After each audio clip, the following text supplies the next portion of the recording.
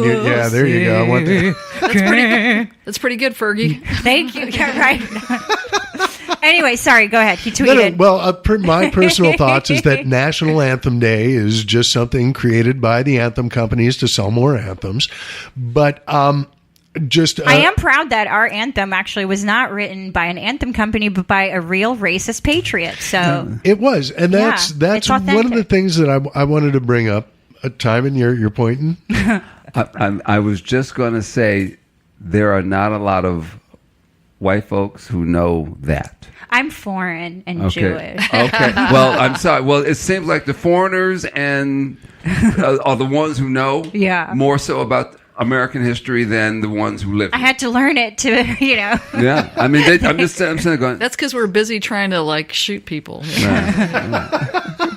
But that is one of the things that I wanted to talk about is the racist verses of the national anthem, the third and fourth verse, that talk about slavery and say that all free men should be able to stand up for all this.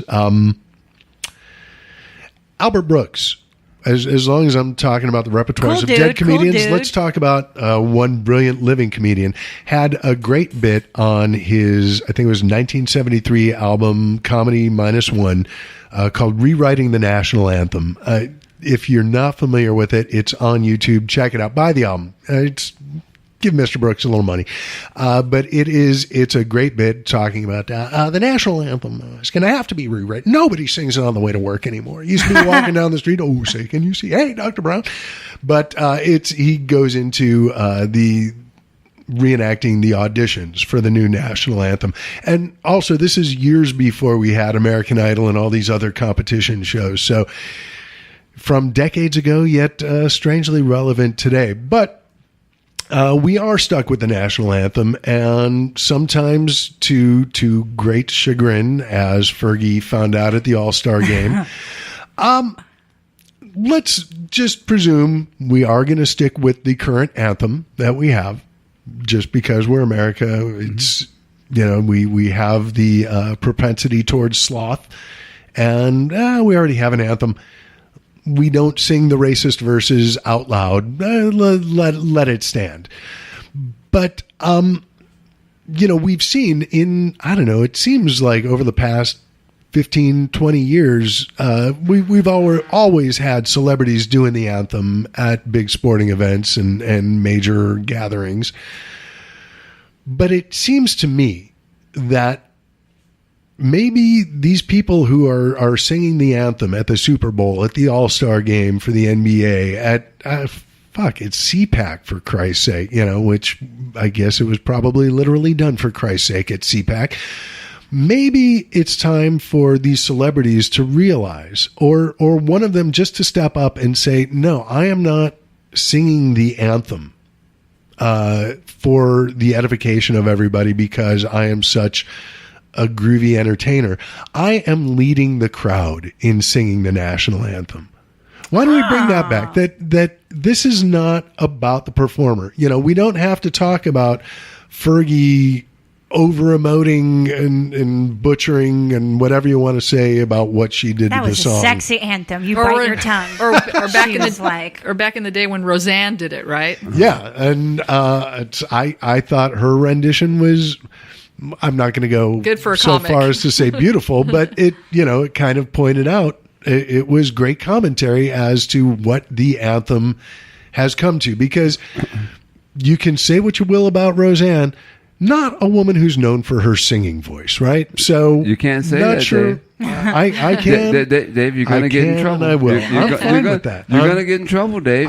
They don't want you separating America.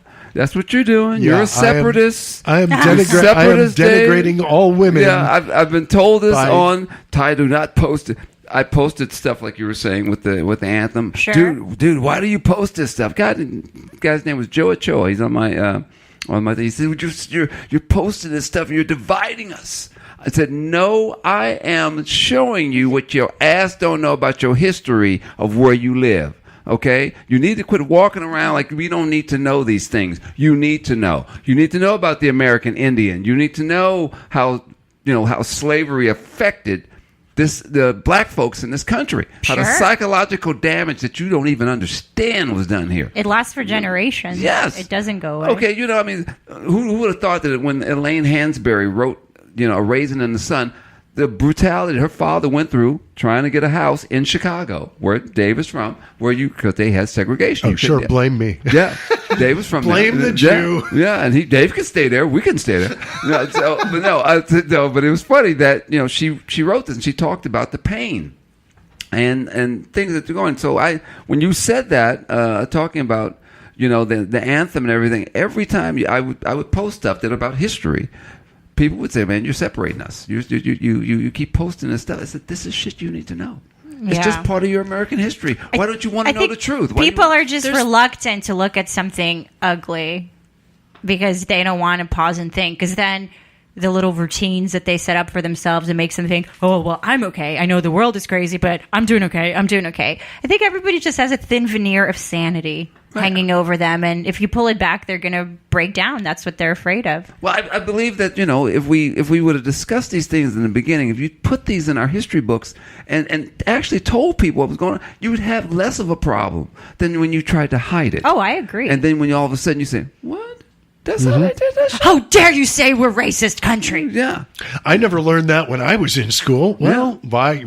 Maybe because Texas basically determines what goes into the textbooks. Exactly. I lived with the guy who edited the McGraw-Hill Publishing. He worked for McGraw-Hill Publishing. He edited our first history books. And it was his biggest battle was Texas. Texas did not want half the stuff that was truth. Didn't want it in there. Couldn't put it. Fucking Texas. Yeah. It's always Texas. What were you saying? Sorry. There's too many voices coming into my ears. But so many issues just in what Tymon was saying, and when we talk about the textbooks and the history, and people like to say that liberals are snowflakes and we're so sensitive. Usually when they're whining about how they're being sold short by equality, but I think one of the big problems is people need to recognize that the mere mention of a problem or the utterance of something that could be objectionable does not make it objectionable. It's the context. This is the reason why we have schools that are trying to get rid of the Adventures of Huck Finn. Right. Because, it's, and I'm not going to say the character's name, but Jim. His name was Jim. His traveling companion, Jim, who was also had a bit of a nickname that I do not say. But people, the N-word's in the book. We got to get rid of it. No, we should. It's all the more reason this book should be taught in the schools, is so people can see, the kids can learn. This is what we used to be.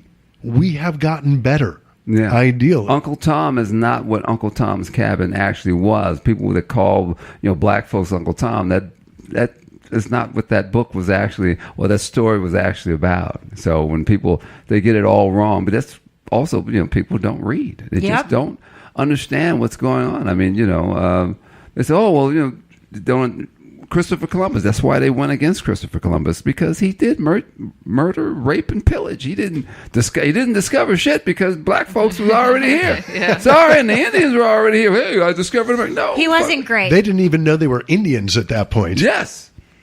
I mean, it's crazy. Come on, man. I mean, they even to think how they taught the Pilgrims how to grow food in the sand with old fish. They showed them how to do compost, and that's how they were able to plant and grow corn and everything. And those were Indians that showed them how to do it. And once the Pilgrims learned, they killed the Indians. Yes, they did. They were already planted and plotting their death. Yeah. So. What a hilarious topic. But it's, we need to look at the, and I think as comedians, this, and, for those of us who get political on stage, this is what we need to do. This is what we do. We point out the ugliness as a means of procuring change and not just what we're asking for on the streets after the show. I will share. And I thought it was actually genius. There was a guy who comes into my cigar lounge, and he put a book out, and it was called "How to Vote Democratically in Our Country" or something like that. He put right, and so when you opened the book, it was all empty pages. Every page was empty. He sold over 500,000 of them. That's amazing. And I said, "See." I said, man, and his girlfriend said, why are you still dealing with that stupid book? He said, hey, I'm up to 500,000. I can't be too stupid. It's paying for our wedding. That's amazing. Yeah. That's genius. But it's like the modern day pet rock. Yeah. Remember Madonna made that book? She sealed it up. Oh, Sex? Yeah, Sex, and it was covered in plastic. Yeah. You couldn't open it, and it was poorly made. And it was just pictures of her and her girlfriends and friends posing naked or whatever. People went crazy. Some very over. artistic shots. Yeah. And, but the book was made cheaply, so as soon as you took the plastic off, it basically fell apart. Well, but it was wire bound with aluminum covers. And but it was covered in plastic, so you couldn't look at it early. You had to, So, and that's how she got you. So when you paid $50, you sold 1 million of them at $50 a pop. Yeah. She's not stupid. The woman was never dumb. No. What was it you said earlier, Mariya? People are idiots. Oh, yeah. I mean, as a general rule, yeah. That's sort of where we're at. That is exactly where we're at. And your biggest battle will probably just be the ignorance of our society. Yeah. Well, we only have a few minutes left in the show. So with all the happiness that we've been talking about, I do want to end on a lighter note because we do live here in Los Angeles. This is where we record the show, if you missed that at the beginning. And it is a big holiday for us because the Oscars are tomorrow. Woo! That's right. Ye doggies. Hashtag Oscars so white. This year too? Yeah, kind of, yeah. Yeah, what movies are nominated that have Get Out? Yeah, that's the only one. Yeah. That's all they could find. That's it. That's it. Well, there's The Shape of Water, which really it's Del Toro is a Spaniard from Spain. I thought he was from Mexico. Oh, no, I think he's from Spain. But maybe from Mexico. I'm pretty sure he's from Spain. The film does, highlight the I really think underrepresented portion of fish people in our society. Let the fish people have. It's about white supremacy, I would argue. Yeah, in a way, it's about prejudice and our inability to accept anything that's different. Right. And sure. But come on, still. I'm just saying. Like, why couldn't Girls Trip get any nominations? Why? Like, I understand it's not a quote-unquote highbrow movie, but it made me laugh harder than, like, any movie in a really long time. It was fucking awesome. And you never hear about movies like that getting any recognition. That's it. Go ahead. Anyway, I was kind of opening the floor because we were talking before the show. I hope that I think for me it was Denzel's flick. Roman J. Israel. I thought that was you will not see him in a role like that. Is that nominated? Did he get nominated? I think he did get nominated for Best Actor. I'm not mistaken. I think so. Yeah. He's the one actor that the Oscars will recognize. He's the one African American person. They're like, well, Denzel. We have Denzel. Well,